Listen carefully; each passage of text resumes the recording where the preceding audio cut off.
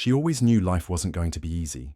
She grew up in a neighborhood where dreams often got buried under bills, broken promises, and people just trying to survive another day. Her mum worked 2 jobs, sometimes 3. There were days when dinner was cereal with water because there was no milk. But she never complained. She watched her grandmother clean houses for rich families who barely looked her in the eye.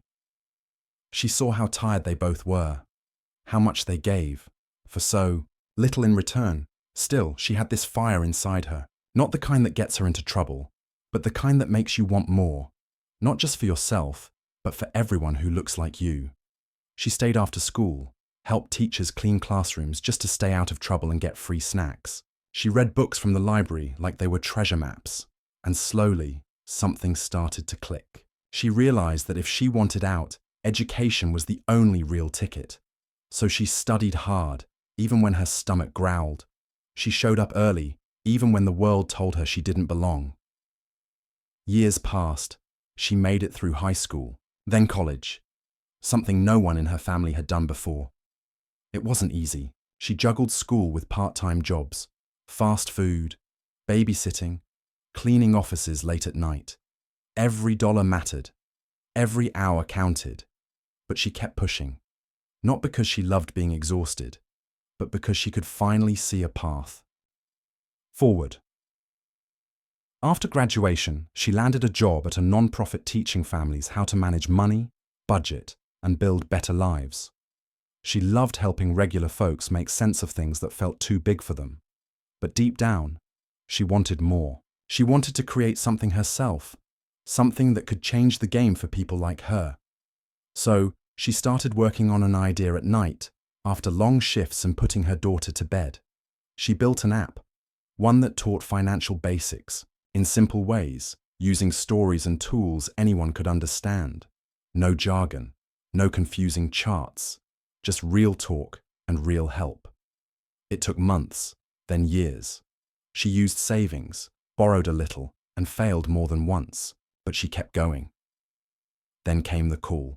A big investor wanted to back her project. It was real. Everything she'd worked for, everything she'd sacrificed, was finally paying off. That's when she decided it was time to celebrate. Not with a party, not with fancy clothes, but with a flight, first class.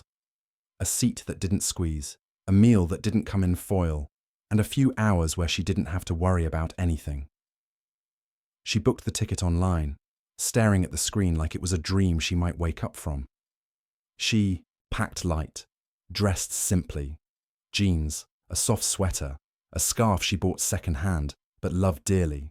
She didn't wear diamonds or designer brands. She didn't need to. This trip was about pride, not appearances. At the airport, she walked through security with her laptop bag slung over her shoulder. She smiled as she found her gate, sipping cheap coffee, watching the world move around her. For once, she wasn't rushing. For once, she was exactly where she wanted to be. When it was time to board, she stood in line like everyone else, first-class pass in hand. She handed it over with quiet confidence. The flight attendant scanned it, nodded, and waved her on. She stepped onto the plane feeling something she hadn't in a long time: peace, pride, power. But what she didn't know was that someone on that flight had already judged her. Someone who thought success had a look, and she didn't fit it. And soon, that judgment would turn into something far worse than just a glance.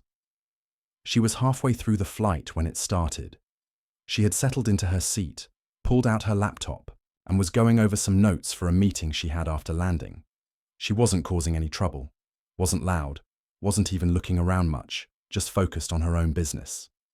Then a flight attendant came over, looked at her with a polite smile but held out a hand. "May I see your boarding pass again, please?" She blinked.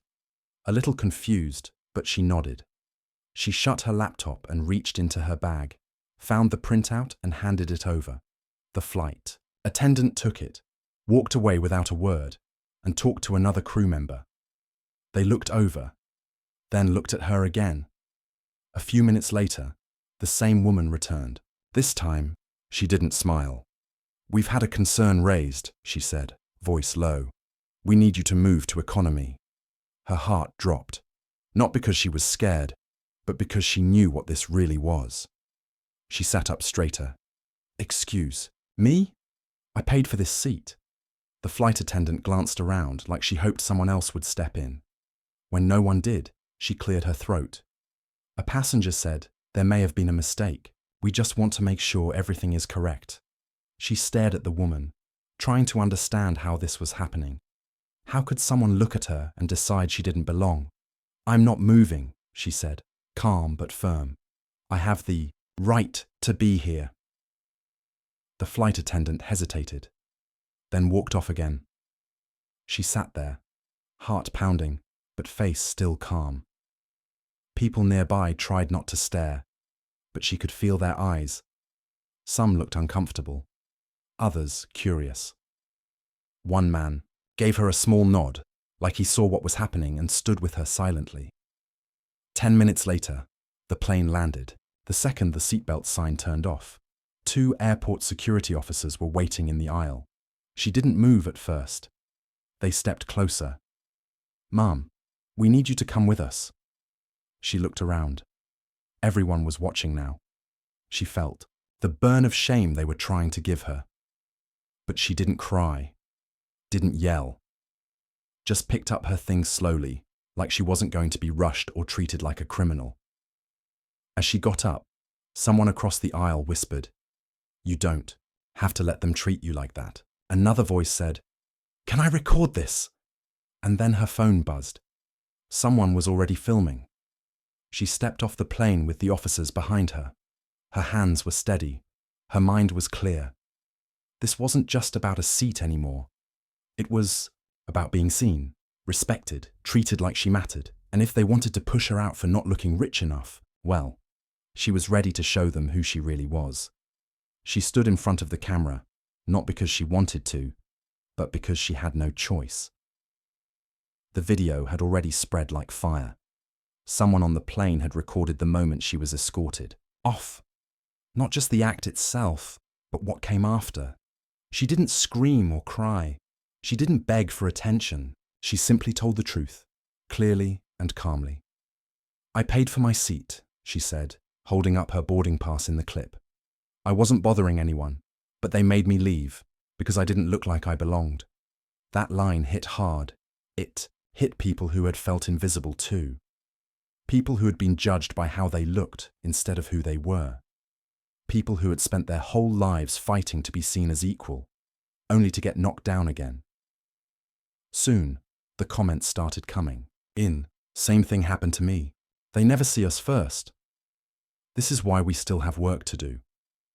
The post got shared over and over. Friends of friends, strangers with stories.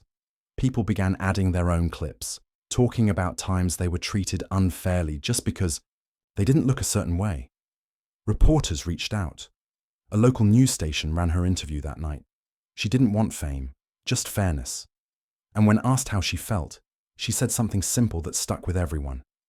"I just want the same chance to sit where I paid for, like everyone else." Back online, the airline's social media pages were flooded with messages, some angry, some hurt, but all asking the same question: why did she have to go through this? Inside the company, things started to shake. Higher-ups held meetings. Statements were drafted. Damage control kicked in, but it wasn't enough. People wanted more than an apology. They wanted change. Support poured in from unexpected places. Civil rights groups offered help. Lawyers reached out. A well-known activist posted a message on her behalf saying, "This isn't just one person's story, it's the story of many." And then it hit the national news. Her face showed up on morning shows and late-night programs, not because she wanted the spotlight, but because she stood firm when the world tried to push her aside. Some called her brave, others called her strong, but she just called herself tired of being treated like she didn't belong, when she'd worked harder than most just to be here. Still, something had shifted. She wasn't just a woman who flew first class anymore. She was someone who dared to say, "Not today." And now the world was finally listening. She didn't plan to become a voice for others, but here she was. The attention kept growing. Every day, more people messaged her, some sharing their own stories, others thanking her for speaking up. She read every message she could. Some made her eyes water. One woman wrote, "I got kicked out of a hotel once because they thought I stole something. I never said anything, but now I feel like maybe I should have." At first, it felt strange being in the spotlight. She wasn't used to people caring this much about her life. But deep down, she knew this wasn't just about her. It never was. Then came the offers. Reporters wanted interviews. Activists wanted her at events. A big talk show invited her on stage. At first, she hesitated. She wasn't a celebrity. She was just a regular person who stood her ground when things went wrong. But then she thought, what if this is a chance to do something bigger? So she started saying yes. In each interview, she stayed real. Not angry, not fake, just honest. She talked about growing up with little, about working hard, about how, even after all that, some people still saw her as less than, simply because of how she looked. And people listened. Soon, others joined her cause. Travelers, influencers, everyday folks began using the hashtag she inspired. Worth the seat. They posted pictures of themselves flying, relaxing in first class, showing that success doesn't have one look. It became more than a moment. It became a movement. Behind the scenes, pressure on the airline grew. People called for changes. The company tried to fix the damage with statements and promises, but she knew empty words weren't enough. That's when she decided to push harder. She started talking with other activists. They reached out to travel groups, consumer rights lawyers, and even lawmakers. She helped organize meetings where people shared how they were treated unfairly while traveling, just like she had been. She also launched a small project online, an advice page for travelers who felt judged or mistreated. Tips on what to do, how to speak up, when to record, how to protect your rights without making things worse. It wasn't fancy, but it was real, and people needed it. Every time someone messaged her saying they used her tips and walked away with dignity intact, she felt stronger, like maybe all the stress and pain of that flight had led to something good. Still, the hardest part was dealing with the hate. Some comments online said she was making a big deal out of nothing. Others claimed she was trying to get free stuff or looking for attention. Those hurt, but she didn't let them stop her. She remembered her grandmother's words. They can't take your peace unless you give it to them. So she kept going. Not for the fame, not for the followers, but for every person who ever felt invisible, just because they didn't look like they belonged. And slowly, the world began to see her, and so many like her, a little differently. The call came on a quiet afternoon. She almost didn't answer, thinking it was another reporter or maybe a fan. But when she saw the number, one with an official prefix, she knew this was different. It was the airline, not one of the flight attendants, not a customer service rep. This time, it was someone from the top. They wanted to talk, not to argue, not to push back, but to apologize. She listened as they said the words she never expected to hear. We were wrong. They admitted that their staff had acted on bias, that the passenger who complained had no right to decide who belonged where, and that what happened to her, being removed for no real reason, was unacceptable. But this wasn't just about saying sorry. They wanted to make things right. They offered compensation, a formal apology in writing, a promise to train all their staff better so something like this wouldn't happen again. At first, she felt tempted to say yes and be done with it, but then she thought deeper.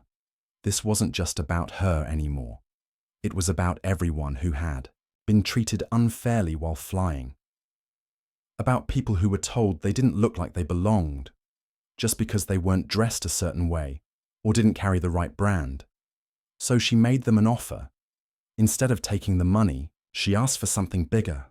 She wanted the airline to fund scholarships for Black women studying tech, business, and travel-related fields. She wanted them to invest in real training, not just once, but every year, to help workers understand how bias affects passengers, and she wanted transparency. A public report showing what changes they'd made so people could see if they followed through. There was a pause on the line. Then the voice on the other end said, "Let's do it." From that moment, everything shifted. The story stopped being just about a seat on a plane. It became about power, about standing up not just for yourself, but for others who might not feel strong enough to speak out. When she shared the news online, people cheered. Some cried. Others messaged her saying, "You did that." Not the lawyers, not the reporters, her. A woman who refused to be moved, not from her seat and not from her truth. She didn't become rich from the deal, didn't get fancy gifts or VIP passes. But she got something better. Change. Real change. And for the first time, she felt like the world wasn't just watching. This time, it was learning. Life started to change in ways she never expected.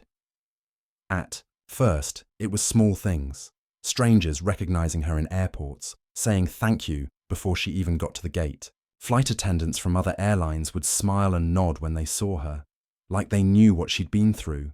She wasn't just a passenger anymore. She was someone who had stood up for something bigger than herself. Then came the speaking offers. Universities wanted her on stage. Organizations fighting for fair treatment asked her to share her story. She didn't consider herself a leader before, but now people were listening, not because of how she looked, but because of what she said and did. She spoke at schools where young girls watched her with wide eyes, maybe thinking, if she can do it, so can I. She talked about growing up with little, about working hard, about not letting anyone decide your worth based on your clothes or skin color. And every time, she ended with the same message: you belong, just as you are. Her daughter noticed the difference too. Once, she used to see her mum working late, stressed over bills and deadlines. Now, she saw her on screens, in newspapers, standing tall. One night, after watching a video of her speech, the girl said quietly, "I'm proud of you, Mama." That meant more than any award ever could.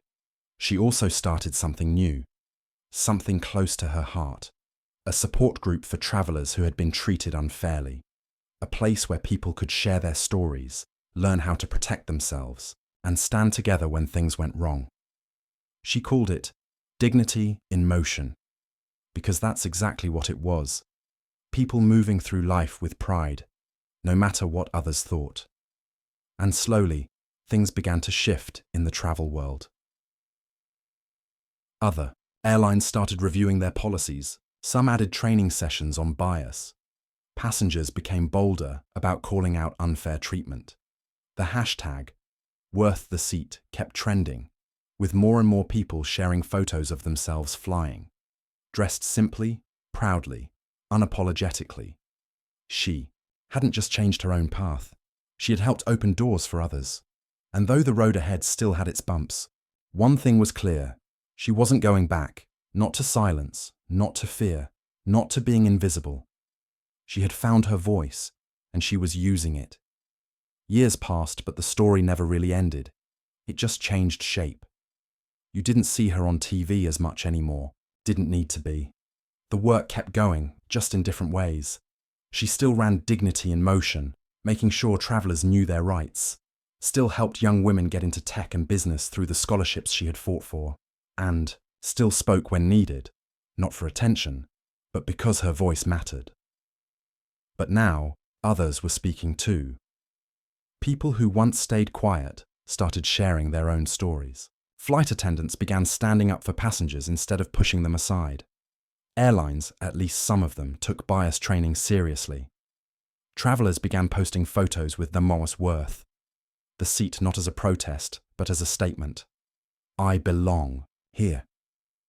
She watched it all happen, hands in her pockets, smiling more than talking. In airports, sometimes people recognized her, not by name, just by face. A nod, a thank you, a fist bump from a teen girl who had read about her in school. That was enough. Her daughter grew up seeing what strength looked like, not loud or angry, but calm, clear, and steady. One day she asked, "Did you ever think this would happen?" She thought for a minute. "No," she said, "but I always hoped someone would stand up. I'm just glad it was me, because that's what it came down to. Not money, not fame, just standing up and showing the world that dignity doesn't cost extra. That respect isn't a first-class upgrade, that your worth doesn't depend on how you look, where you come from, or what seat you paid for." She had proven something simple, yet powerful. You don't have to be rich to be respected. You don't have to be famous to be fearless, and you don't have to scream to be heard. You just have to speak your truth, even when the whole world is trying to make you stay quiet. The flight was years behind her now, but the journey, it kept going. Every time someone stepped onto a plane and found peace in their seat, no matter how much space was in front of them, they were reminded of one thing. They belonged, and that was the real change, not the apology, not the headlines, but the quiet shift in the air. A woman stood her ground, and the world finally sat up and listened.